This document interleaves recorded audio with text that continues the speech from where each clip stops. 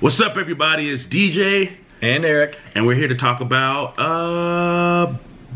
being bachelors. Bachelorism. Yeah. So we got our brews right here, and Prissy is going to ask us some questions. And so, without further ado, cheers. You want to crack this? And crack it after we cheers. Oh, we cheers for after. Oh, crack it. Cheers. Cheers.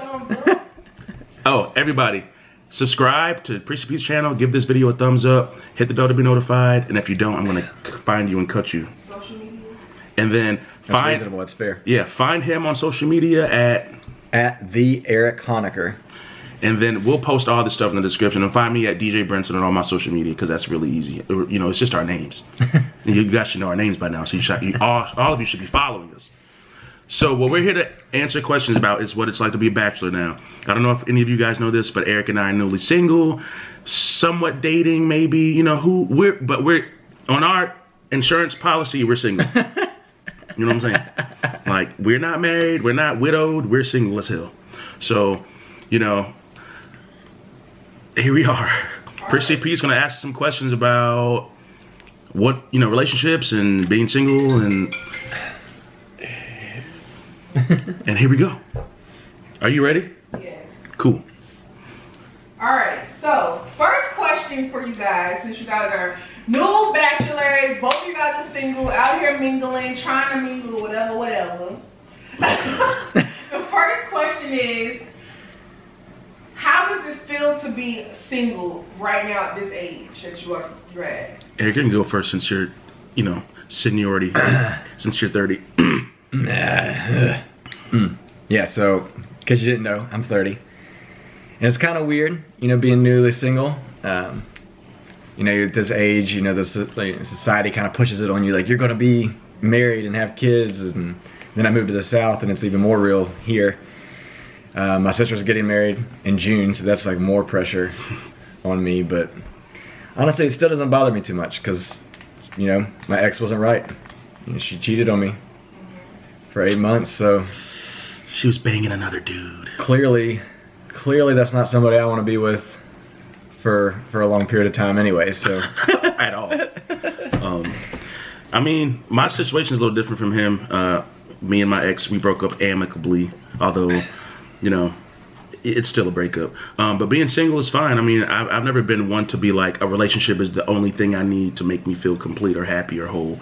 However, you do kind of miss having companionship, but being single is, I mean, it's liberating in a way. You kind of feel the sense of freedom.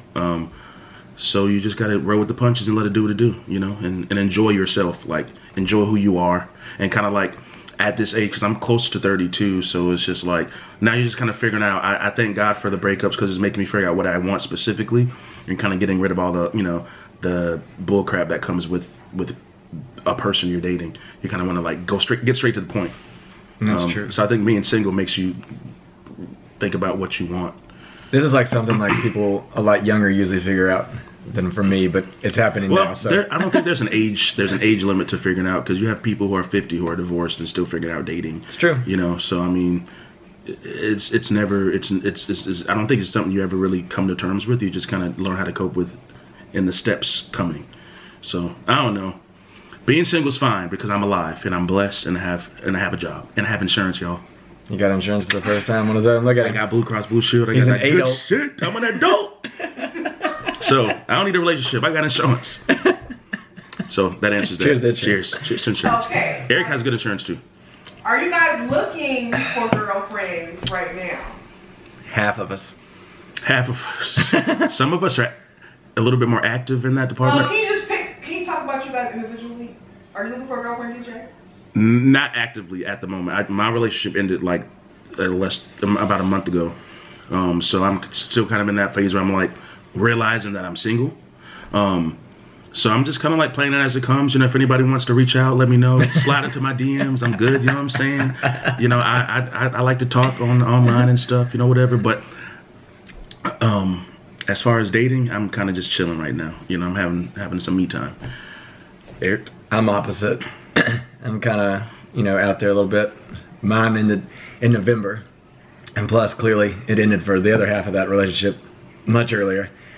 So So it's like, you know, you get past that aspect, and then, you know, just kind of like you said, you do miss that companionship. So you kind of, as you gradually go into it, and I'm a little more cray-cray than DJ is when it comes to relationships. So that's where I'm at on that. I am actively out there. Yeah. See, he's doing it. Doing it well. Okay, so what is something that you, in your previous relationship, what is something that you would do differently in your new relationship that you noticed in your last relationship? There's a lot of things. One is to not try to jump into something, but that's one of my issues that I have anyway. The other is just follow your intuition and your gut and your instinct, because I knew something was going on, but I wanted it to be good and I wanted it to be right, so I made it right. I just kept going. And since that was not the right thing, it didn't actually work out, and I should have just let things more naturally happen instead of pretending that something was good and hoping that it would be okay. Right.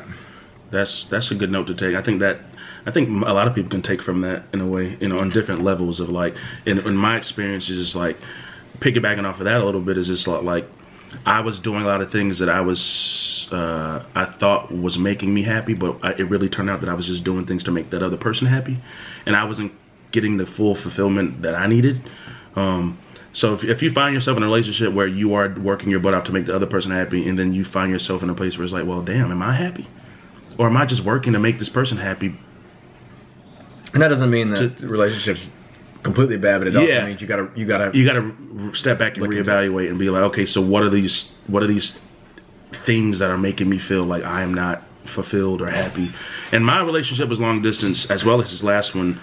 So like, that's another thing I'm not gonna distance. do. Yeah, that's definitely like the pretty obvious one there. Is just like no long distance anymore. At least in that, and 3,000 miles and what, 6,000 miles? 7,000. 7,000 miles. So long distance is hard. You know, it's hard work. But I think there's a lot of things to learn from these situations too. And yeah, don't compromise who you are for another person. That's all I'm gonna say. A person's gonna take you for everything you are, or leave you for everything you're not. So that's just that. Okay, next question. What are some things you look for in a woman? Humor. Oh. A fat ass.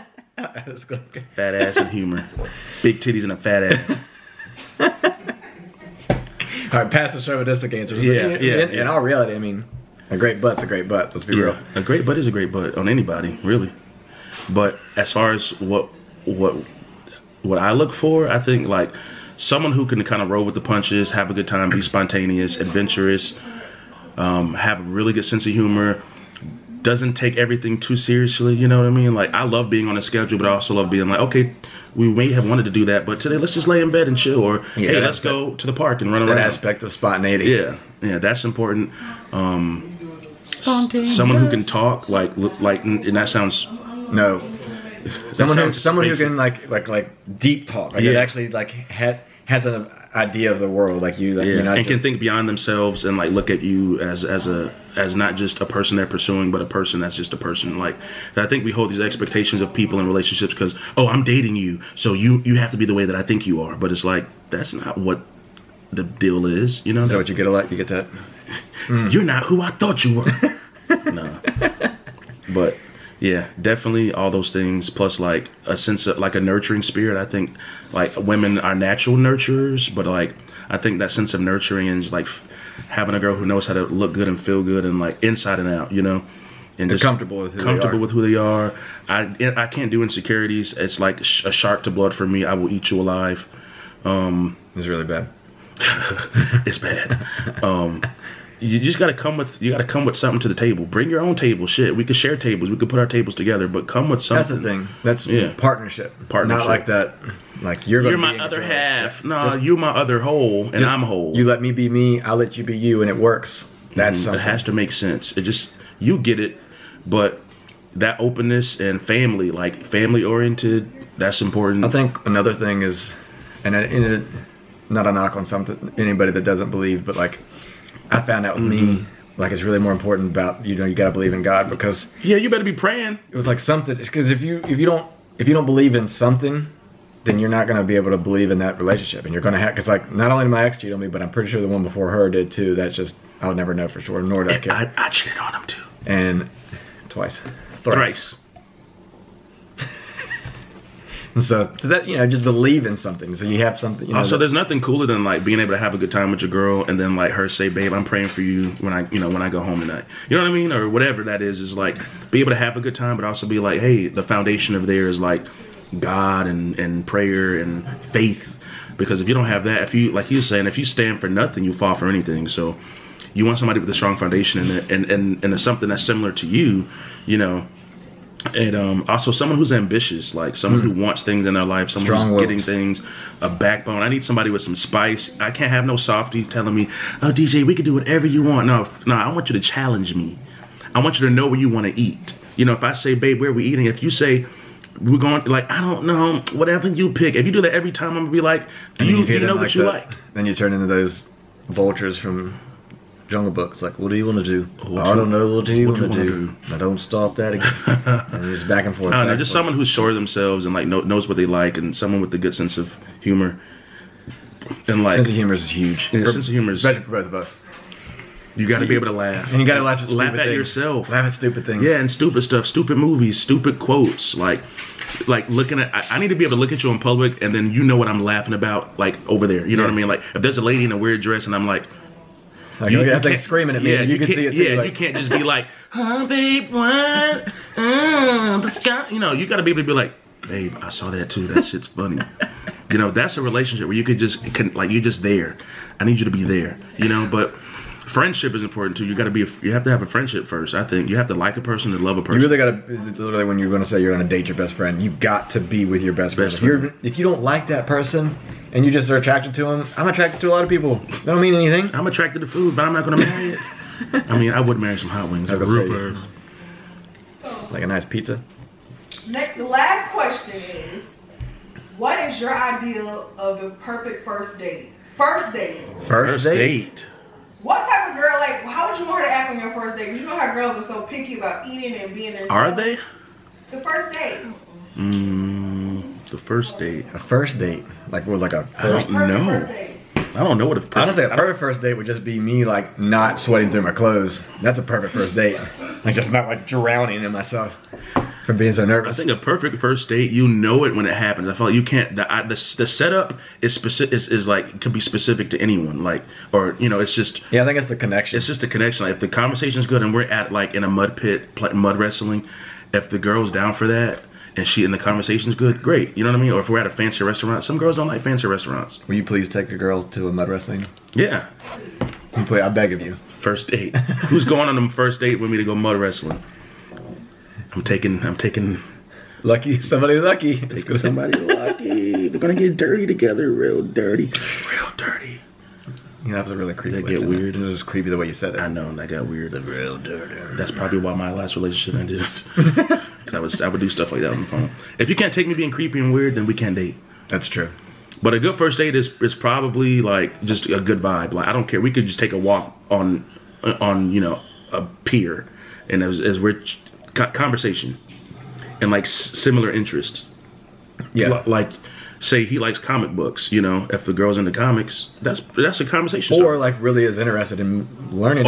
About it. You don't have to know about it, but be interested in learning about it, because that's what relationships comics are about. And sports. I'm like an enigma. Yeah. So I think, you know, I mean, a perfect first date to me would be like a nice night, like an evening before the sun sets. That's around 68 degrees. You know, I think a perfect date is March 25th. You can wear, what is it? How's that go? You can. It's not too hot, not too cold. All you need is a light jacket. All you need is a light jacket. Yeah, that's congeniality. That's what April. It's April. April. No. What did I say? May? Yeah. March. April 20th. That's coming up. Anybody down to go on a date? April 24th? I think it's 25th. 25th? Y'all can fact check it. It's Mr. Congeniality. Whatever. Y'all figure it out. But and the key to a great life is safe sex. Where did you even get what? Guys, this is mint. Wait. Meaning it's meant to be if you. I'm done. Now comment. Tell them to comment. All right, guys. Now comment below if you have any more questions for us, or if you have any, or would you date us? I don't know. That's a weird question to ask people because, okay, if you would date us, and also like you guys can answer these. You're stupid. You guys can answer these questions too. Like, what do you look for in a guy or a girl or a partnership or whoever you date? And do you agree with us, or are we just like complete full of shit? Are we crazy, or do you agree with this? Yeah. And are we handsome and sexy and beautiful? And what's the next video you want us to do? And what's the next video y'all want us to submit? Y'all want to see us going on a date? Y'all want to talk to one of our first dates? Y'all want to see how it looks when we're naked? What? I could go to my, well, that's gonna be another year, but my full body dermatology appointment for the Ignore him. mole checks. Ignore him. I can take you out of that. You can connect the dots on Because that's gonna be his awkward entire anyway. body. It's just gonna be awkward. Also, like, let us know if they're, we're taking submissions. So just DM us. Again, my social media is at DJ Brenson. It'll be in the description. His is at Eric. At the Eric Honecker. So let us know what you think of our faces, of our personalities, and let us know if you think that we're beautiful and cool and funny and smart and talented. What's that song you were singing? We're singing and we're happy and we're. Because I'm not gonna hold that part.